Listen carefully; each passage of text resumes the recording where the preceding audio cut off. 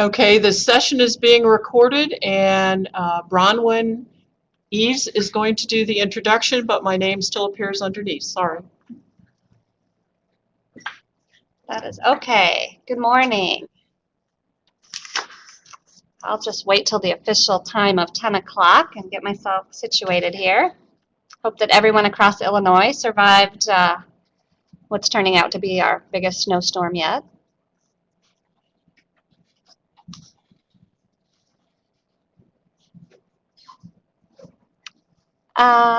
Yes, Christa and Jennifer, it looks like your video is not moved. Jennifer has her hand on her chin, and Christa is.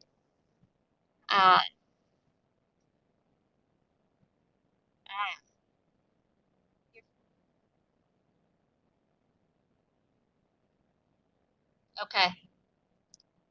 Well, while they work on that, I will say thank you all for being here, and welcome to another ICPN webinar.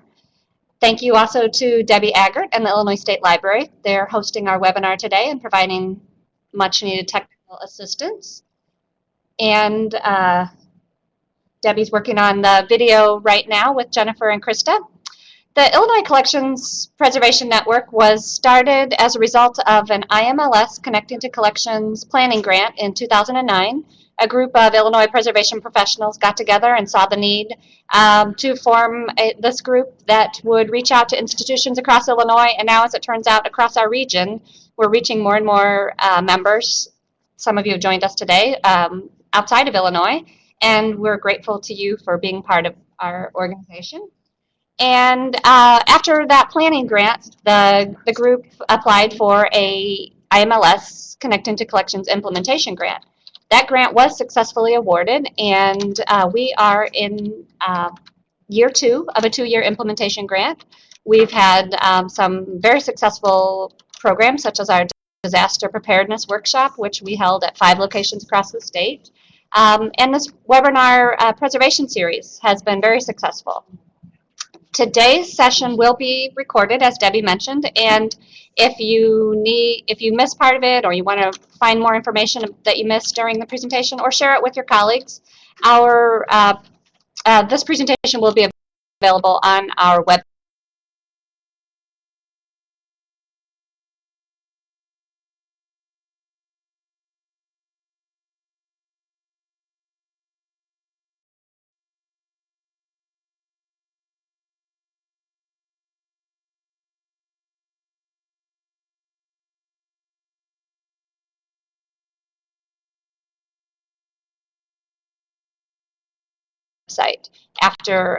Usually we have it up within a few days after the presentation.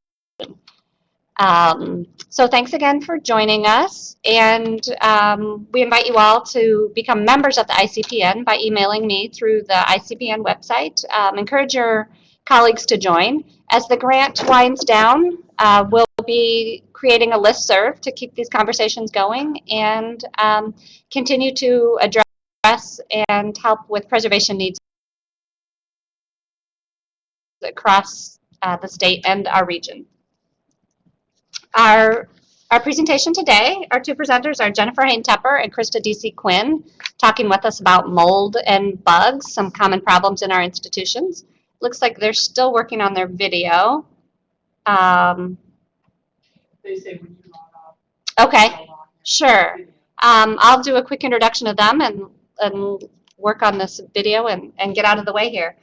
Jennifer Hain Tepper is the head of Preservation and Conservation Program at the University of Illinois, University Libraries. She's trained as a book and paper conservator, and her current position, she also oversees staff working on the preservation of photographs, audio.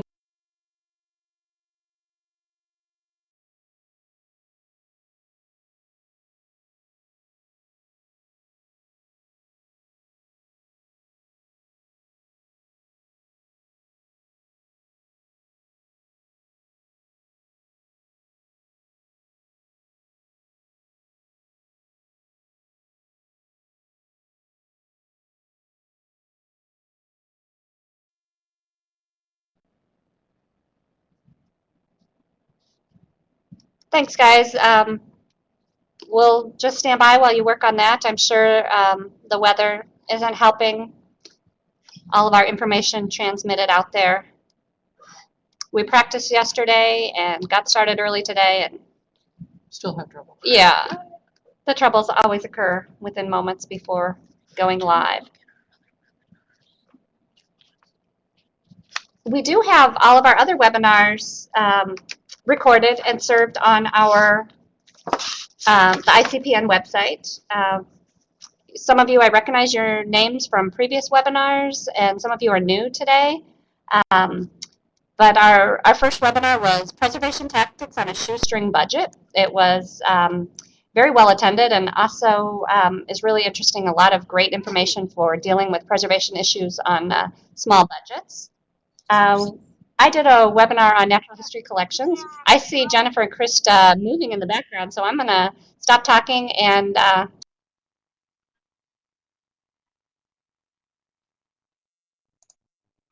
Great. Well, thank you. Oops. Sorry, we were all prepared and all kinds of stuff, and now I've got to close out some things that I had to open back up. Welcome to everybody. Thank you for joining us on, at least for what most of you is a rather snowy morning, and coming to hear us talk about mold and insects. I'm happy to see so many familiar virtual faces. Yes, indeed. And would like, if everybody would just test the waters here. At the top of your screen, you should have a little man holding up a white hand that allows you to do things like raise hand or agree or disagree. I was wondering if I could have a quick show of hands of how many people are coming from a library and archives background. Whoa. Apparently everybody at the top. Okay, museum people, we have to show some hands here. So So if we could clear hands, please, now, and then get a show of hands for museum folks. Let's see how we roll. All right. All right. So it's actually a pretty even split, which is awesome. Which is exactly what we want. Yes, which is good to know. So wonderful. Thank you. You can clear your hands now. Christa and I do a very informal presentation style, so please feel free. We have two computers going so that one of us is always going to be able to be monitoring chat. If it's a question that really is pertinent to the topic that we're talking about right now, we are happy to go ahead and stop and kind of discuss and clarify whatever. So feel free just to jump in with chat whenever. And we'll also have time for questions at the end. So if it's kind of a more general question, or if it's something that we haven't touched on, feel free to bring that up at the end. But if it's a question that's really pertinent to the particular topic that we're discussing right now, feel free to go ahead and chat. We'll just start talking. Exactly, and we'll go ahead and do that. So anyway, and yes, Laura, you're in a repository, not a... You're all by yourself. That's just your own special kind of institution. But anyway, so Christa and I are going to be talking about mold and insects, which are two topics which are near and dear to both of our hearts, because we have dealt with many infestations and issues. Unfortunately, right? It's not necessarily a fortunate thing. It is not, but it is an experience, and one that we hope that you guys will be able to learn from and hopefully be able to respond to in your collections, because sadly I'd love to say that probably none of you have ever had a problem with mold or insects in any of your collections, but the reality is these things exist everywhere. True. And being able to identify them and know what to do early on is your best protection against having a really major issue later on. So we're going to try to give you some advice mostly on just kind of ID and understanding what you're looking for, and then talk at the end more about prevention and treatment, and then obviously I said leave some time for questions. So I'm going to be talking about mold. Because I am a library and archives person, most of my examples as far as visuals are going to be mostly book and paper material. I have a couple photographs and a little bit of wood. Yeah. But the appearance of mold really ends up being very similar on different types of materials. Christa, I'll then pass it off to Christa, who'll be talking about insects. And likewise, many of her images are going to be museum-driven materials. Very true. But insect damage on book and paper and library materials is, again, very similar. So it carries over. And prevention and treatment actually are almost identical pretty much across both of them. So that's why we're happy to offer both approaches, but honestly, the information is going to be really similar no matter what kind of materials you're working with. So let's go ahead and get started. All right. So I wanted to talk about mold and first talk about the causes of mold. The number one cause of mold is improper environmental storage. Most likely it's going to be an increase in humidity or unregulated humidity. So either a failure of your HVAC, which is your heating, ventilation, and air conditioning system, or having materials in a space that doesn't have an HVAC system and therefore is basically just subject to outside environment. And for those of you, I think we mostly have Illinois and some Kentucky folks. Both those states are very, very subject to high summer humidities. That's right. And if you're getting an influence of outside humidity into your space, then your humidity can rise really rapidly. Typically, mold is going to be most prevalent at 65% relative humidity or higher. Yeah. There are certain mold species that will grow in lower humidity, but 65 is kind of the magic number where you should now be concerned at 65% that you have a significant increase in mold risk, because many of the more common mold species will flourish at 65 or above. It's more rare species that are going to flourish below that. So it's not to say you can't have mold below 65, but above 65, you're really asking for it. So you want to make sure that you're monitoring your environment and trying to make sure that you're not getting really high humidity levels whenever possible. Temperature also plays parts in this. Again, there are molds that will grow in really cold temperatures, but by and large, most mold is going to flourish at higher temperatures. So the warmer and moister the air, the more likely you are to grow mold. Obviously, you all have mold growing, well, I have mold grow in my fridge periodically. So, it happens. And obviously your refrigerator is not that warm, but it is quite moist. And so the two of them don't necessarily need to correlate. Moisture is definitely more of a player in this factor than temperature is, but when the two of them come together and you have warm, moist air, that's when you have the highest likelihood of mold. Two other factors, though, that really do play into this are housekeeping and air circulation. See, I have a museum shot. You do? How nice of you. How nice I threw you a bone. All right. So housekeeping, mold spores are everywhere. And for those of you who think that you have super clean collections, there is still mold on your collections. It's probably reasonably little, but if you don't have a clean collection, if you have a lot of dust sitting on your shelves, on your artifacts, on your books, you are going to have dormant mold spores sitting in that dust because it is just part of household environmental dust. Most of the time, it's going to sit there and be dormant and just be part of the overall yuck that composes dust. However, the more dust you have, the higher concentration of those dormant mold spores you have. And if you do have then the environmental shift, the greater likelihood you're going to have of a bloom because you have more spores sitting there. So cleanliness will go a great deal in helping guard against the potential for outbreaks should you have an HVAC failure or something like that. If you don't have lots of mold spores laying around, you're going to have a reduced likelihood of some sort of outbreak. So cleanliness is really, really important. Air circulation. And the University of Illinois Library learned this the hard way because we had a reasonably clean, reasonably well environmentally controlled space that had a massive mold outbreak in our special collections. And one of the key factors in that was that we had compact shelving, which of course a lot of us do because it saves us a ton of space. But this drastically reduces the amount of air circulation between your collections. Now, this is not saying that compact shelving causes mold. No. By no means. No. This is the least impactful of the factors, but it is still a factor. It is really important if you are not maintaining a clean and well environmentally regulated space and you have compact shelving, that you space those shelves to try to maximize the amount of air circulation between your shelves, because the last thing you need is dirty, moist air being trapped in between compact shelving and stagnating, because that is giving exactly the kind of environment that mold really likes to be able to flourish. And in the case of artifacts, when we have baskets or other things like that, often you get microclimates inside of artifacts and that kind of thing. So you also need to think about that as well. Right. And what happened with us was that we had compact shelving and then had microclimates within the compact shelving where we had, because it was in our rare book room, we had a lot of material that was bound in alum, tod, pigskin, vellum, and parchment. And those are very what we call hygroscopic materials. They hold on to moisture because they're salted skins. And so they just absorb moisture and retain it. And so what we were doing, we're having these little pockets of humidity that were trapped in between the compact shelving and creating these little environments that were more conducive to mold growth, even though overall the environment really wasn't that bad. So it's just something you want to be very cautious of, and just increasing air circulation in general is just one more step to discourage the potential for mold growth. So now I wanted to talk about identification of mold. So by and large, most people think of mold, and I'm going to grab my pointer from up here, and you're going to think of things that are likely going to be possibly yellow, probably this kind of gray-green color, and that black. maybe white, maybe black. Those are by far the most common mold colors that we're used to seeing for two reasons. One, those are very common mold colors.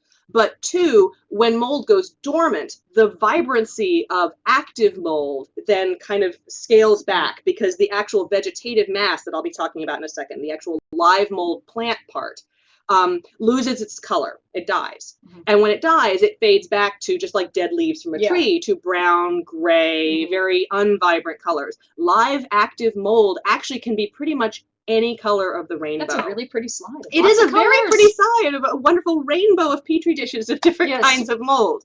But what's important to know is just because you pick something up and there's something orange and fuzzy or purple and fuzzy growing on it, and you say, well, that can't be mold. What would, I don't know what it is, but it wouldn't be mold because it's orange or it's purple. Not true. What it means is that you likely have live mold. The more light it's exposed to, the more dormant it goes, the more neutral tones you're going to see. And frequently the staining is going to be in these very neutral tones. Exactly. But the live mold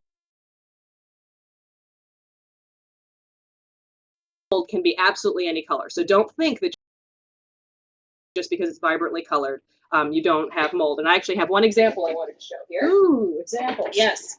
We're going to be bringing this page up a few times. But the one thing that I wanted to point out that I think, if I can get this on the camera there, is the color's not coming across real well. But up here at the top, you'll see some purple blotches there. And they're actually pretty, whoops, I can get the glare to go. Wow, this is terribly unintuitive. Anyway, the purple blotches there actually are mold stains. And they are a wonderful kind of rich magenta color. The color's not coming across real well on the video. But again, just so that you understand that the color is certainly not necessarily defined. Wanted to talk a little bit about mold structure then. And this is really critical when we start talking about staining versus mold, live mold versus inactive mold. Mold basically it's a plant. And the plant has a certain structure that it follows. And when it's living, this structure really flourishes. So the live structure is what we see over here. So we're going to see the septa, which is basically like the root system. It grows kind of like strawberries or spider plants that have the runners that just kind of run, and they don't. So it's an asexual reproduction that basically just spreads the plant around. And then it'll put up these basic like stems called the hypha. And then it's going to, when it blooms, put up what's called the conidophore and the conidia. And the conidia are these guys over here that then release the actual individual little spores. So these are little guys that basically pop off the end. And you can think about this a lot like basically a dandelion. So dandelion grows and puts up a plant, and then it puts up a flower that begins to puff, and the little puffs then blow off and propagate the dandelion all over the place. That's basically what mold spores do. They're basically seeds.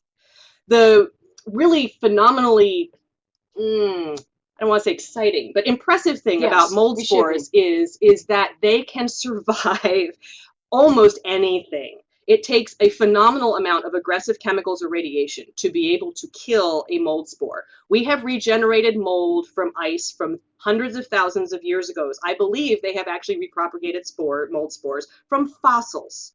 We're talking about millions of years old that they've been able to reactivate mold spores. So don't think that just spraying this thing with Lysol is going to kill a mold spore. It's going to be really bad for your collection.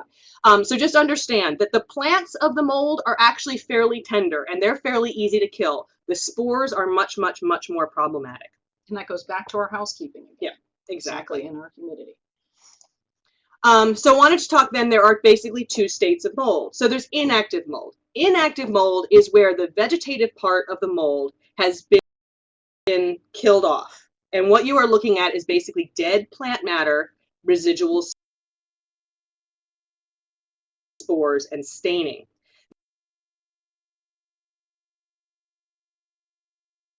This is by far the most common form of mold that you're going to find on collections, God willing. So you get the acquisition of some nasty collection from someone's barn or basement or attic or whatever. And you open it up and it has that, smell. Kind of musty smell.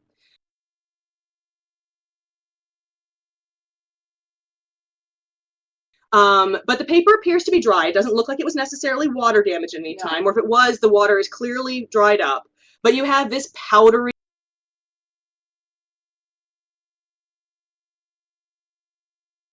sort of three-dimensional surface left on it.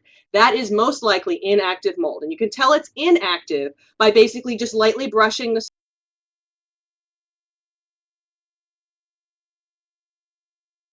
surface. The mold will appear dry and powdery. That's going to mean that the mold is inactive. Now, all that means is that it's not actively growing.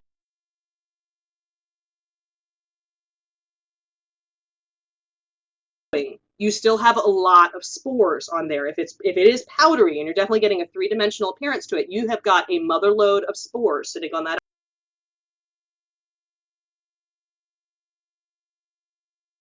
object. So you need to be really, really careful about it.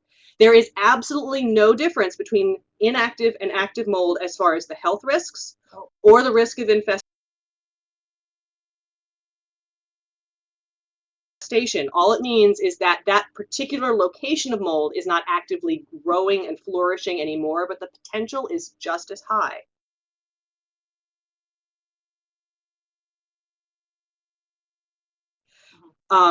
So inactive still has a lot of capacity to be very dangerous, both to your collections and to your health. And so you want to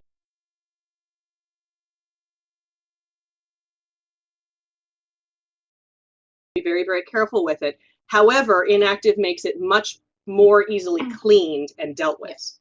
So we have two pictures here of inactive mold, one on paper, sort of showing that powdery three-dimensionality, and then I got a nice one here of a photograph showing a much less apparent mold, but this is what mold frequently looks like on a photographic surface. So you're really just seeing a difference in the way it's reflecting light and the surface. And you're going to see this also on objects where it's not necessarily full fluffy mold. No. It's just little spots that change the reflectance of the material. Ooh. Active mold, isn't that awesome? That is really nice. So active mold, however, is automatically, it's very three-dimensional. It's usually very, very fibrous because you're getting this flourishing growth of the mold. Now, this example here on the right hand of the screen, obviously, is mold growing outside. This is an extreme that I hope none of you will ever see in your collections. But it really got across this lush, three-dimensional idea of mold growth. The one over here on the left, however, is entirely too realistic of mold growing on collections. But you've got this very active fibery growth, and that's all the hypha beginning to grow and the septa spreading the mold around, and then putting up the little spores. But if you touch this, the difference is, as opposed to feeling powdery and just kind of breaking away, this is going to feel very moist. And I think the picture on the right really kind of gets that moisture across. But this would smear because, again, you've got those active plant bodies that are holding moisture. So it's going to feel really moist to you. The most important thing when you've got active mold is to drive it into deactivated mold first. Whoops, hit a screen, I didn't mean to drive it into the inactive state, because you can clean it when it's inactive. Cleaning when it's active actually just results in even more smearing and staining. So you want to try to avoid that, and you want to deactivate the mold first. And we'll talk about deactivation as part of the process of cleaning when we get to the end. I did want to clarify one thing for people working with archives and book materials or paper materials. There is something called foxing that is very frequently confused with mold. Foxing can come from one of two sources, one of which actually is fungal, but both of them should not be approached the same way one would approach a mold infestation. The most common reason for foxing is actually from iron particles in the formation of the original paper, or in some other iron impurity that might have been impressed on the paper during the printing process. And I've got the pictures here are good. I've also got some physical examples here that I will show you. With materials just with brown dots. I think most of you who know library and archive collections are very familiar with foxing. Typically, this is the formation of iron oxides, which is rust, in the paper itself, and that is a result of high humidity. Obviously, rust doesn't happen unless there's high humidity. The problem is that high humidity with foxing could have happened decades ago. The rust happened, it's permanent to the paper, it's permanent staining. And just because it's in a good environment now doesn't mean the staining is going to reverse. Some foxing actually can be fungal. That is a minority of the foxing, but it is some foxing can be fungal. However, the fungus that causes this sort of appearance, this sort of really flat appearance, it's not three-dimensional, it's within the paper, is a very, very non-aggressive and non-transitional mold. So it doesn't spread to other things. There's been a lot of research up at the CCI by a woman named Mary Lou Florian about foxing and its relationship to fungus. And basically, if it looks like foxing, it really doesn't matter what the source is, whether it's fungal or whether it's iron oxide. You don't need to treat this like mold. What it means is it had high humidity at one point. It's not pretty, but it should not be treated like a fungal infestation. So we have a decent news in this. Right. So think of it as age spots. It is a little disfiguring. It's nothing that any of us want to strive for. No. But it really it isn't something you need to be panicked about. The more severe fungal damage, however, is digestion. We get staining and digestion from mold. The staining is really disfiguring, and I'll be showing some pictures of staining in just a minute. The digestion actually can completely destroy an object. And this comes into play with textiles, with paper, with any of the more fragile materials. You get mold on wood, it would have to grow on the wood for a really long time to start really destroying the surface. But paper and some textiles are, of course, very, very fragile. And a serious mold infestation, like what you're seeing here, will actually, as the plant actually begins to sink the root system into the materials, those roots secrete enzymes that actually then feed the mold, and it's growing on it. And as it grows on it, and those enzymes get secreted down into the substrate, it actually begins to digest your artifact, which is the number one reason that you want to be very, very cautious about, obviously mold infestations, but particularly live infestations, because they are actively digesting your collection. So as soon as you see active, you want to deactivate it, A, so you can obviously start treating it, but B, because you want to stop this process and make sure it doesn't get any worse. This is irreparable damage. There's no coming back from this, unfortunately. Far more common than something that severe is staining. And this is staining that a picture that Christa gave me of a textile that unfortunately had been exposed, obviously, to improper storage conditions, and mold had begun to grow on the textile. And at this point, that staining is permanent. There is nothing you can do to get rid of that kind of mold staining, unfortunately. And it's probably going to have an odor to it for a very long time. Indeed it did. And staining looks very, very similar on paper. Now, this one on the picture on the left obviously is very really severe mold staining, but it's like it is. It's also, I just wanted to show, this one has been in the dark for a long time, and so again, those very vibrant colors are still present. The picture on the right, the reason I want to show this one is this is after extensive conservation treatment. So this was a severely mold damaged artifact that has gone through washing, surface cleaning, and bleaching. And it still looks that bad. Just to get across to people that even when you can really aggressively treat an object, frequently mold staining is going to be absolutely irreversible. If you press the full screen at the top of the navigation bar, the images get bigger. We need that. Okay. So anyway, so just wanted to get across that staining is very permanent and very damaging, and just one more unfortunate side effect of a mold infestation. So with that, I believe I'm going to pass it off to Christa for insects. So insects, how do they get into your collection? Either they're allowed to enter your building, so we're going to talk about buildings and porosity of your building. They also travel in on collections, because I'm sure you bring in sometimes active mold or inactive mold into your collection. Inactive, certainly, yeah. But, active things in your collections. And what we have to think about when Jennifer was talking about mold or we're talking about insects is that anything organic is recyclable. So they're doing the mold, the insects are doing a job that they're supposed to be doing. We just don't want them to do it in our space. If we didn't have mold and we didn't have insects, we'd have a lot of dead things laying around. So they're doing a job. We just have to recognize we just don't want them to do it with our collections in our space. So. Do you want me to click? Yeah, okay. Let's do it. Okay, size does not matter. So I bring this slide in because my security staff were confused one day when we had carpet beetles. They found a carpet beetle and they brought it to me and they're like, oh, well, we didn't think that this thing would do any damage because it's not big enough. And they think of cockroaches, and I'm like, no. Really, like stick insects, which my assistant Rachel is holding here, are completely harmless to our collections, and really they don't get into our museums or libraries. But it's just they push open the door. Yeah, but carpet beetles, on the other hand, are really, really small. Sosids are very, very small. So we just need to let people know size is not an issue. So look at how tiny they are compared to the, that's a Canadian thing. I would say random international coin. Yeah, random international coin. We'll all be international here. Okay, let's go to the next slide. Okay, so how I want to classify insects, the easiest way, because we don't have a lot of time today, is you are what you eat. So you can kind of think about, what is my collection? So is it, you know, for example, this Native American glove, so it's made of something with protein? Is it a book, which is a combination of materials? So you have what, leather, you have paper, adhesives, which can be animal protein based, and then metal and cellulose, and or you can have wood, you know, you can have plant based artifacts. Most of the time, at least in anthropological collections, we have a mix of everything, and books are a little bit of everything. So they're composite things. Okay, let's go to the next one. So when we're dealing with, you know, protein eaters, Indian meal moths, clothes moths, and brown house moths all eat protein-based materials. And so when we think about just a quick ID, we're like, would it, you know, start, instead of looking at the insect, you say, okay, what is the artifact made of? And that can kind of help narrow it down.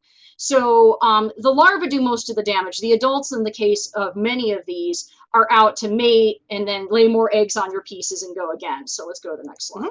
So webbing, so webbing and case making clothes moths. So pretty much what you want to do is, when you think about the webbing clothes moths, the larvae are exposed. So that's the conservogram picture. And the case making clothes moth is over on the red there, and it's kind of like a little sleeping bag. So it kind of drags the bag along and eats out of that. What they'll do is, they're really clever. In this picture, they don't have it. They'll actually take fibers, at least from the textile, and blend it in so you can't see it. I've seen that. So, you know, pretty much you want to be inspecting your pieces. Where they like to go is, they like to go where it's dark and it's dirty. So they usually go in areas on clothing anyway where you've eaten, armpits, groins, pockets, you know, so you want to really thoroughly inspect your artifacts. I know you should try and do it once a year. It's not always possible, but then go through and say, okay, what are my wool pieces? What are my pieces that will have a lot of problems? The cotton ones, not so much. So don't check those if you don't have time. Be strategic. Right. These are ones that libraries, by and large, don't have a huge problem with, because we don't have a ton of stuff that they like to eat. They turn up every once in a while. Every once in a while, yeah. Probably on some librarian's cute cardigan. Maybe. Yeah. All right, dermestid beetles. We both have problems with these. Absolutely. And so pretty much these are just a list of the type of dermestid beetles. Now, what dermestid beetles do, their job is to eat keratinous materials or protein-based materials, so they break stuff down. So if we go to the next slide, we can see, you know, so this is carpet beetles. So what we see is, we see that this is, on the far left, is a picture of a carpet beetle actively eating my bison skin. Not good. Yeah, not good. And then there's the shed casings and everything. And then I'm showing you the very carpet beetle there, the adult with the larva and things like that. They'll eat feathers, fur, all sorts of things. Let me grab an example. Yep. This is going to shed all over us. All right, so we have this feather piece here. And if you can see kind of like, this is where the feathers, so you can see through it. This is where they ate, you know, all in here. So it's just shedding. Oops, like crazy. All over Jennifer's desk. It's all right. So we go to the next one. And dermestids also eat book collections as well. Yep. I don't think I have a photo of that. No, that's this guy. These are dermestids. So this is typically this is going to be, look at the worm tracks. Yeah, this is bookworm damage is what most people refer to this, but this is dermestid larval damage, where they lay the eggs inside the book and the larvae basically chew their way out of the pages. So those are dermestids as well. So here they are, they're eating feathers off of this artifact, the basket. And also sometimes you just see it like, at least in this fur piece, that where the hair attaches to the skin, you just see it shorn off, because that's where they like eating. Okay. So here's your furniture beetle. This is actually what's eating through your book. Oh, okay, So quite often furniture, it's a dermestid. So quite often furniture beetles are eating through, but people call them bookworms. But the larva form is the bookworm. That's what you're most familiar with. But furniture beetles at the bottom picture there, that's actually exit holes out of an artifact. So they'll eat both. They'll lay eggs in the wood. They'll go through paper. That's what they like eating. Tunneling. Ooh. Yay. So let's get into some omnivores here. So we have cockroaches, and cockroaches do a lot of interesting things in your collection. So for the most part, what they're doing is they'll, at the bottom slide there, you'll see the aggregate. See that slide with all of that? All of that is attar and frass. So what they do, these are German cockroaches, and they're aggregating in an area. So what they're doing is they're pooping all over the place and smearing. They're using saliva to smear everything up to basically say, this is a great place to eat. So the problem is that stuff stains your collection. It does not come out of your collections. And your cockroaches also have chewing mouth parts, so they may chew into your collection. They'll eat. They love glue and books. Yep. They like hides. They'll get in there and they'll just create a lot of problems. And then they also cause secondary infestation. At least if you're in an insecure building, mice have a direct relationship with American cockroaches, and they'll eat them, and then they'll cause this whole other food web. It's really interesting. So. So we have up at the top is the American that's a German cockroach. That's German? Oh, yeah, American's down here, sorry. Yeah, you can tell Germans because they have racing stripes. Right. And these are all the different forms. So people quite often are only used to seeing the adult form, and they see these tiny little ones and they think, oh, that's just the metamorphosis of the insect. So it starts little, and what it has to do is it has to shed its chitin to get bigger and bigger. We have our skeletons inside, which means we can grow without having to shed our skin. So often you'll see these shed skins. That's what people often have an allergic reaction to. And then you see the egg casing there, which we'll talk about in a little bit. The next one over is, going back, German cockroaches are very prolific. If you have them in your collection, they will multiply like crazy. So you have to be really careful. They're small, about a half inch. We get into our oriental cockroaches. You would generally see those in drains and in areas, mechanical rooms, things like that. They like it where it's really wet. And then Americans, you can tell that by the pronotum. You see like a little angel wing pattern right there. Yep, that's how you tell Americans. Plus, American cockroaches are really big. Big country, we have big cockroaches. Right, and they're kind of tobacco colored. They're always kind of this warm brown color. So what they also do is some cockroaches will actually have ootheca, which is their egg casing. So people think these are seeds. And if we go to the next slide, I think I'll show you some on artifacts. Okay, so these are, quite often you'll find them on artifacts. So, oops, the slide went off for whatever reason. The circle was supposed to be around the nose area. So if you look, it looks like she has a little mole there. Right, oh, I see up here. And that's not it. So that is a actual casing. So here I have ootheca. I know you and Jennifer's desk. So you can see it here, and there they are, and they're stuck on this piece. And so, you know, when you're seeing this on inspection, you're just like, those may hatch and be live. Usually the cockroach will place it in some areas where they think that they're safe. And the glue is incredibly hard to get off, and they're very hard. Do you ever have them on books? Very rarely. They have to be somewhere really nasty. Yeah, to do that. Okay, let's go to the next slide. Okay, SOCIDs. Okay, so SOCIDs, book lice, that kind of thing, you're shared throughout, you know, both of our areas deal with them. Now, they're really, really small. And when we think about book lice, what we need to say that it indicates is they're not necessarily going to do a lot of damage to our collections. But what they do is they create a secondary infestation. But SOCIDs allow you, there are indicators that you have too much humidity. Right. They need it really moist because their chitin or their cuticle is really, really thin. Right. And they need it really moist, and they eat mold. Right. So if you're seeing a lot of SOCIDs, you have a mold problem. Correct. And then when they start eating the mold, then other dermestids will come in and start eating their dead bodies. And then you just get this rolling infestation coming through. Right. But these guys are tiny, tiny, tiny. And usually you're not going to notice them unless you're either, you know, putting out traps and being really proactive, which you'll be talking a tiny bit about. We don't really have time today. Right. Or in really, really awful infestations, I've had people say, well, they, you know, opened up, they had like a flat file or something like that they hadn't touched in years, somewhere humid. They open it up, they pull it open, and then you just kind of see this almost like cloud of little critters skittering away. Yeah. That's a really, really serious infestation of book lice. If you can see them moving, you've got a lot. And you really need to be checking your humidity. You need to be doing your good housekeeping. Just as a side fact, SOCIDs produce about over 450 per SOCID per each one. Wow. And they produce sexually and asexually. Just a little fact to impress your friends. Yeah. Yeah, so they are really so it's really showing an environmental problem. Yes. So you really want to think about, if you have SOCIDs, you have other problems besides the SOCIDs. Okay. Absolutely. Bristletail, silverfish, or firebrats. So there is a paper piece. They eat. So now we're kind of, we're away from the, so we had the protein eaters, we had the omnivores. Now we're kind of into I like eating cellulose. I like eating wood and plant materials. And silverfish, oh, you could talk about silverfish. I can talk about silverfish. These are really prevalent in library and archive collections, and certainly turn up in museums as well. But they love paper. They also love starch-filled book cloths, and a lot of the older Victorian, early, like around the 1900s publications and the old cloth bindings, silverfish love that. And they actually, although they will eat paper, they are not like termites. They can't actually digest paper. No. So what they're not going after the paper itself. No. What they're going after is the filler and the coatings on the paper. So what they really like is the gelatin coating on the paper or the starch filling in the cloth. And what these guys are grazers. Yeah. And so they do widespread shallow damage as opposed to the burrowing that we saw earlier. And this is a piece of paper, so it's rather thin. In historic collections, where they do is when you used to actually take starch and add starch into clothing to stiffen it out, that's when they start attacking textiles. Yep. So you'll see it in a lot of your historic clothing collections. That's where you're going to see your silverfish. Silverfish, again, need it moist. They like it hot.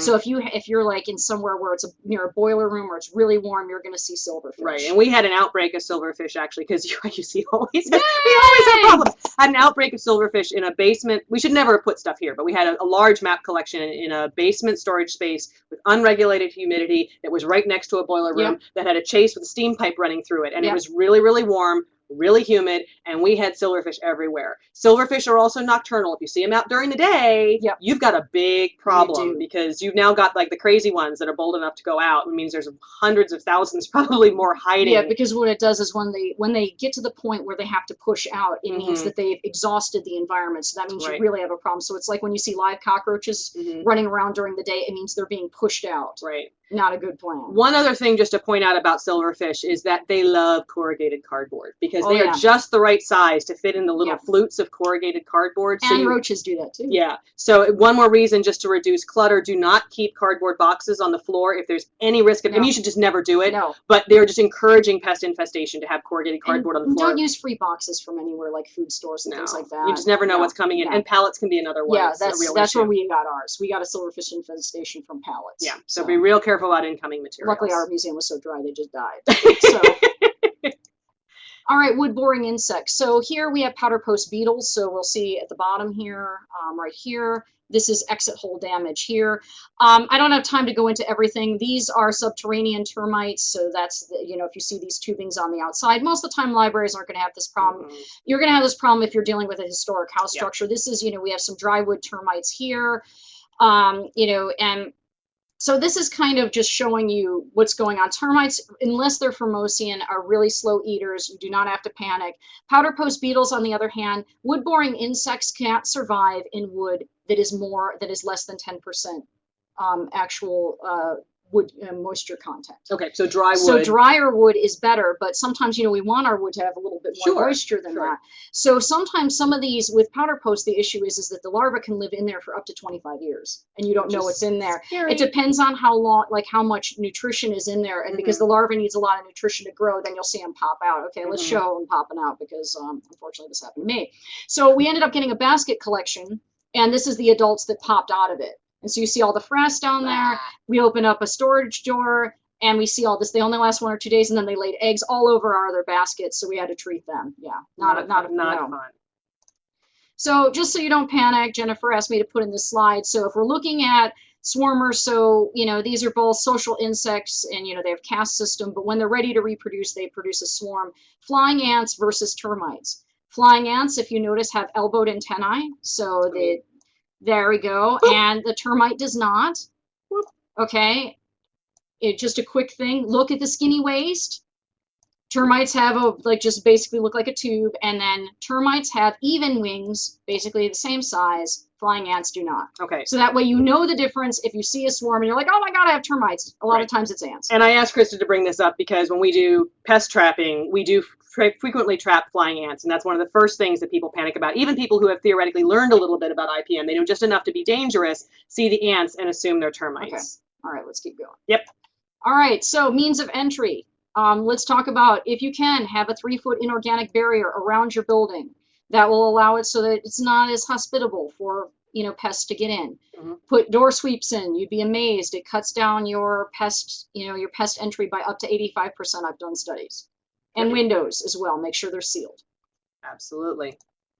Okay, inspect your pieces before they come in. I bring in infestation all the time. It's not pretty. Artifacts come in from all over the world for us. We bring them in, so we need to inspect it. This is me pulling a carpet beetle off of an artifact live.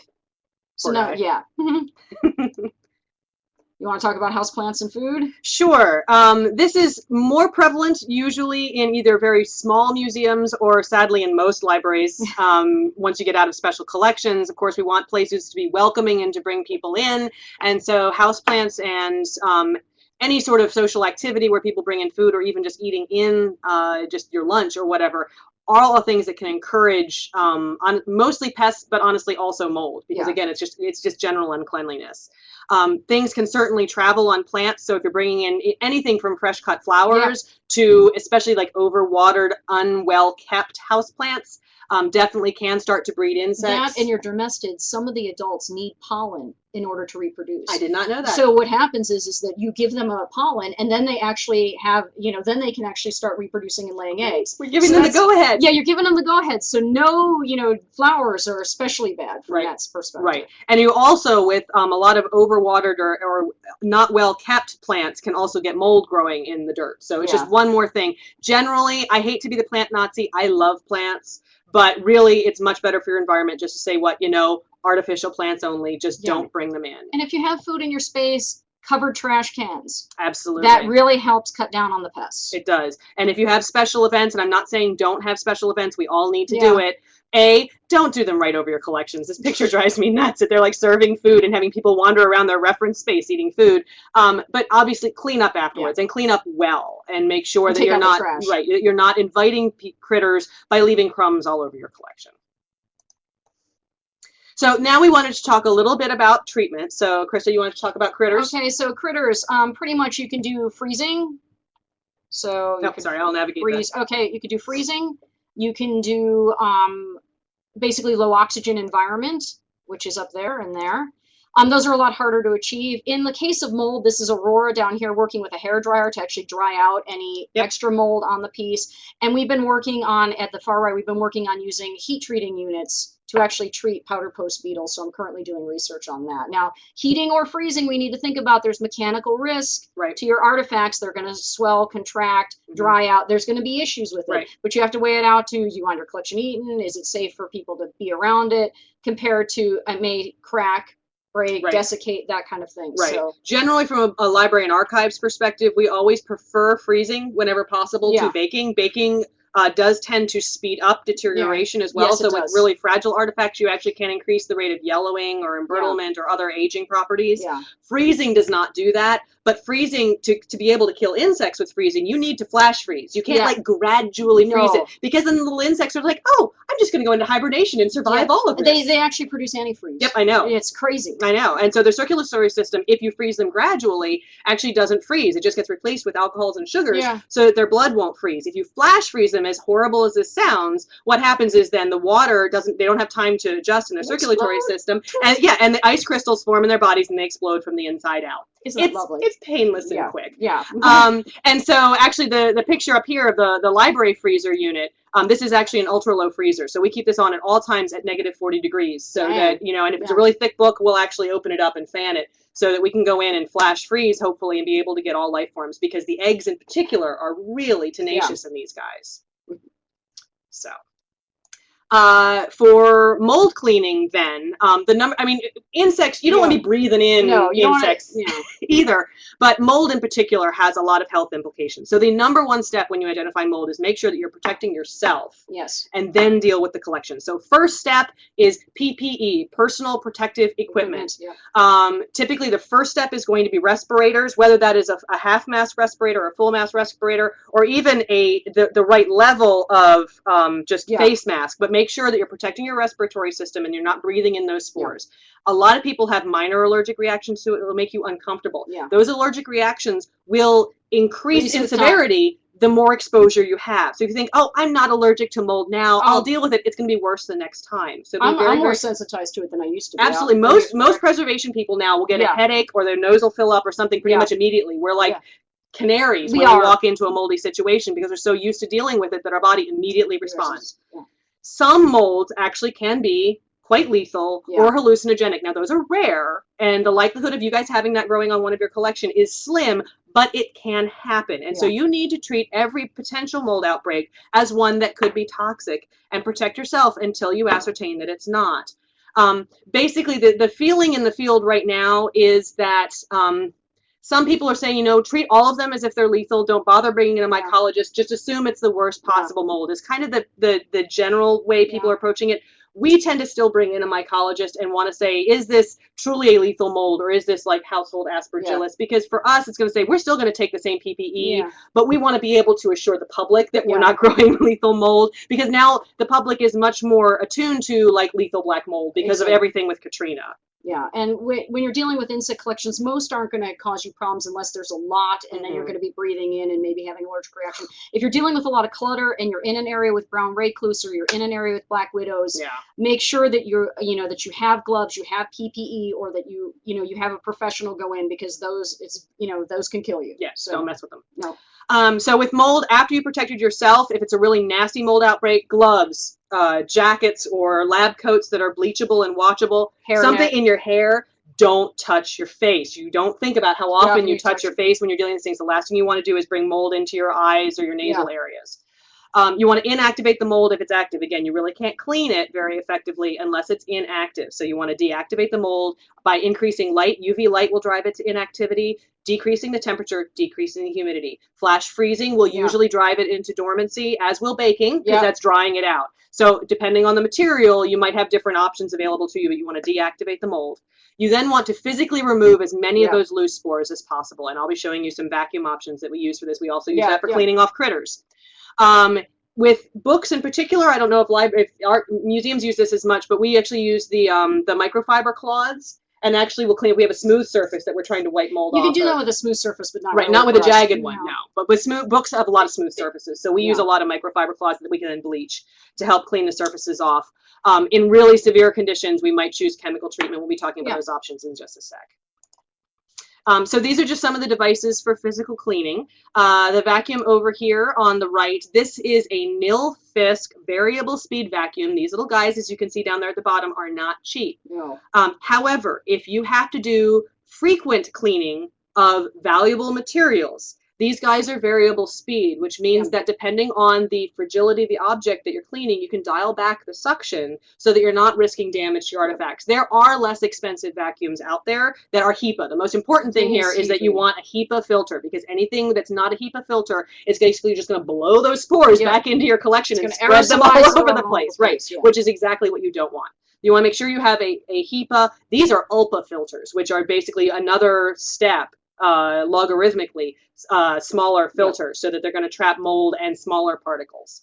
They also, through University Products, have these fantastic little micro tool attachments that you can attach to your vacuum cleaners, which allow you to get into the fine cracks and crevices of your objects. And you want to make sure every time you clean, to clean all your tools Absolutely, afterwards, because you don't want to cross-contaminate. Right, exactly. So bleach or some other fungicide, let it dry completely, obviously. Air dry, and then get a couple of these so you have one. One is drying while the other one you're washing. Absolutely. Soft brushes are also really helpful. Sometimes you cannot put a vacuum source directly on an object. It's inadvisable for a variety of different reasons. A really nice soft brush that isn't going to disturb the surface and be nice and gentle will help to stir up the spores. And what you can do is then hold the vacuum a safe distance from the surface and brush the surface with the brush, so that you're not risking the vacuum pressure on the object, but having it really close so that it's basically pulling up the loose spores that you stir up. And the same thing with frass, which is insect poop and their skins and everything. What they do is, if they sit on an object, they provide excellent food for mold. So you want to keep your object clean, and also brings in more insects as well. So that's why you want to pull all that off. And usually that's a lot easier to remove. It's when they actually stick things down like the Otheca, it's a lot harder to do. Right, absolutely. And then this is just a picture of, I think most of you are familiar with microfiber cloths these days, but just a picture of one of those that we utilize as well. Whoa. And then lastly, we wanted to talk about chemical treatments. Generally, the approach in libraries and archives is chemical or radiological treatment is the absolute last treatment option you want to have. If you can do freezing, if you can do anoxic treatment, which doesn't work on spores, by the way, it only works on insects. Heating, or just physical cleaning. Any of those are preferable. However, there are times where either the infestation is simply too extensive, either within the one object that it goes too deep, that there's no way you can get to it and freeze it fast enough, or it's too extensive, as in it's an entire collection. There's just no way you can take the time or the money to hand clean every single piece. Then you need to make some hard decisions. One decision you really need to consider is discard. And I hate to say it, but with mold and insects, you really need to think about the value of the collection, both and your health. You're going to have to shut down that space to be able to clean with it, move all those materials out, clean them in one way, whether it's chemical or not. In many cases, these collections are going to be permanently disfigured. Insect damage is permanent. Mold staining is permanent. It may not be active anymore, but how useful is that collection, and how much are people going to want to touch it, and whether is it still showing what you want it to show? Exactly. So one thing you really want to consider is, in the case of extreme or extensive infestations, think about discard. Really do. For libraries, in general collections, how replaceable is this stuff? How much is available online? Think about that before expending the money that you're going to need, and the time and the health risk of exposing yourself to all this mold. If the answer is, we really need this stuff, which happens, and it happens more than it doesn't, but you simply cannot do the non-chemical treatments, then the two most common treatments for mold are going to be gamma radiation or ozonation. We try not to use any aggressive chemicals per se anymore. There are some that are out there. Like there's Viking and different things like that for insects, but it's different if you have a structure and you have to do fogging, but you really just do not want to do it. No. Try and do everything else first. Right.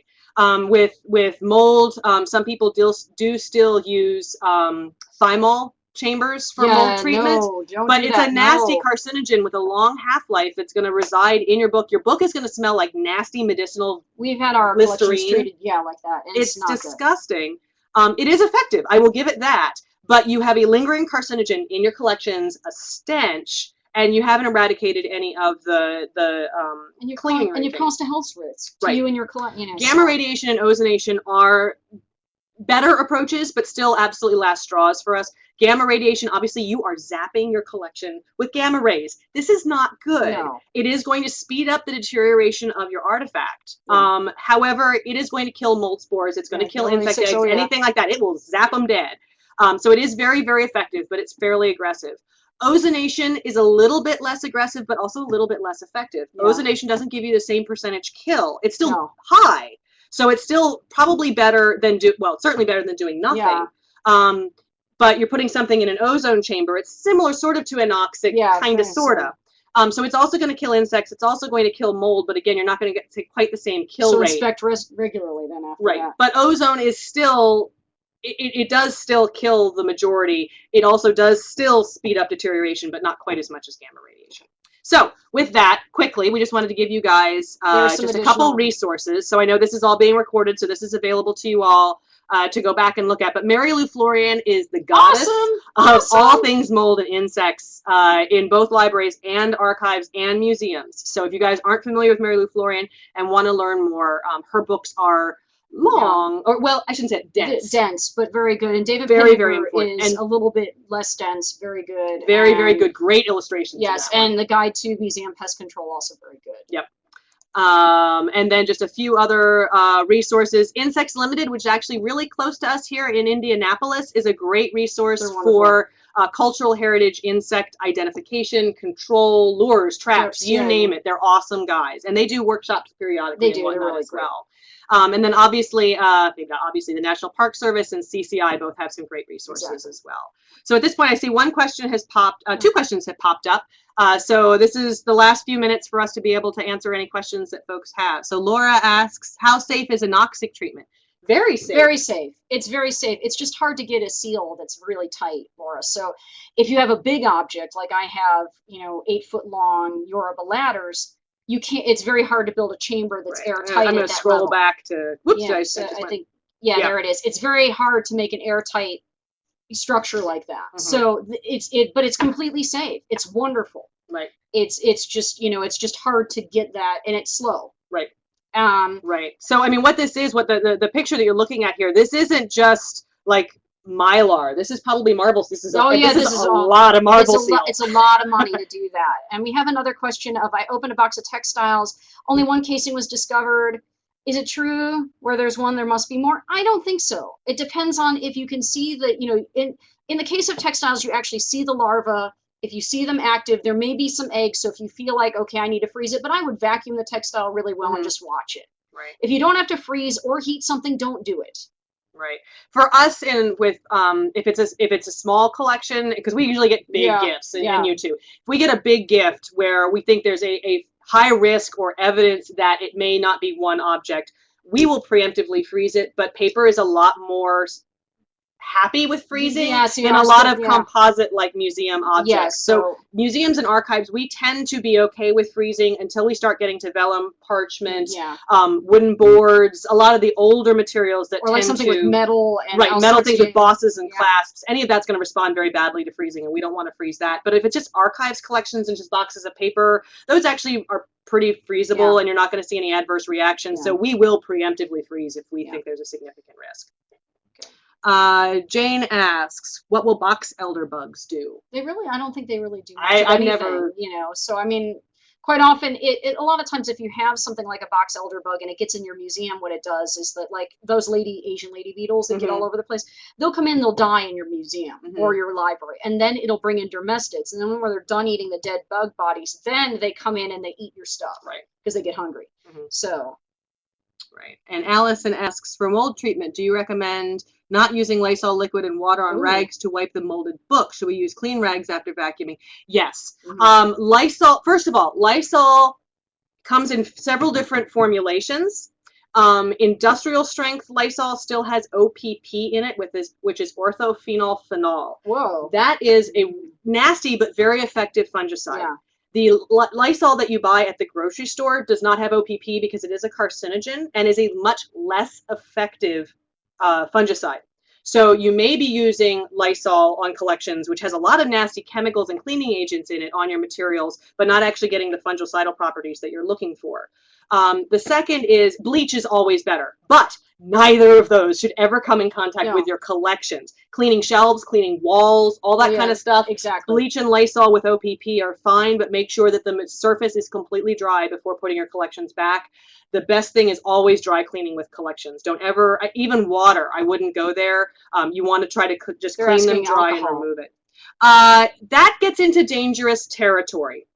Under proper training, mold can be killed, not as effective as like gamma radiation or Carry on, ozone, finish but up you your can thoughts, actually and kill looks a like good we've number wrapped of up questions, and we're at that 11. may not be liftable So, with dry surface cleaning. I with wanted to say certain thank alcohol you, Jennifer and treatments. Krista, for However, that used very informative inappropriately, alcohol presentation. treatment can actually increase the I viability hope that of those none mold of us spores. need So in the generally, immediate unless you've had future training to on how to use this use information, alcohol but for given cleaning on the materials, fields that we all don't work do it. in You and have too the many risks. problems that we encounter, And also, if you're, it's likely if you're dealing that with these uline things will pieces appear in our out, you don't collection. wanna So it's put a great bunch to of have the chemicals on them resources and the people are handling information, it outside of as it. we mentioned, this will be served on the ICPN So I mean, website. generally, just Thank you stick for to the dry information. cleaning. Thanks to Leave everyone it to for the joining us experts if you're going today. to use any chemicals. We're You should not be planning to have exposing some your more materials preservation to any webinars. sort of We chemical, don't have even anything one that you think scheduled is yet, fairly but stay innocuous, tuned, like and bleach those are or in the alcohol. works. Yeah. You don't I want also to put wanted it to on let you know that we have a couple of openings bleach in our actually is burn a really, recovery really aggressive workshops. chemical. It's not There's like more carcinogen, information like all about these those on other our things that we're website, talking but they about. will be But on May bleach is 2nd and May exceedingly 3rd. It's a corrosive. one-day workshop. I mean, that's why it works. And we have a few openings each and day. so what Please, bleach will do see is the actually website again obviously for bleach your information on how to collections and register do for some really, those. really nasty damage. And And stay that tuned. chlorine resides in there. It doesn't go away. And so now you've got a chlorine residue long term,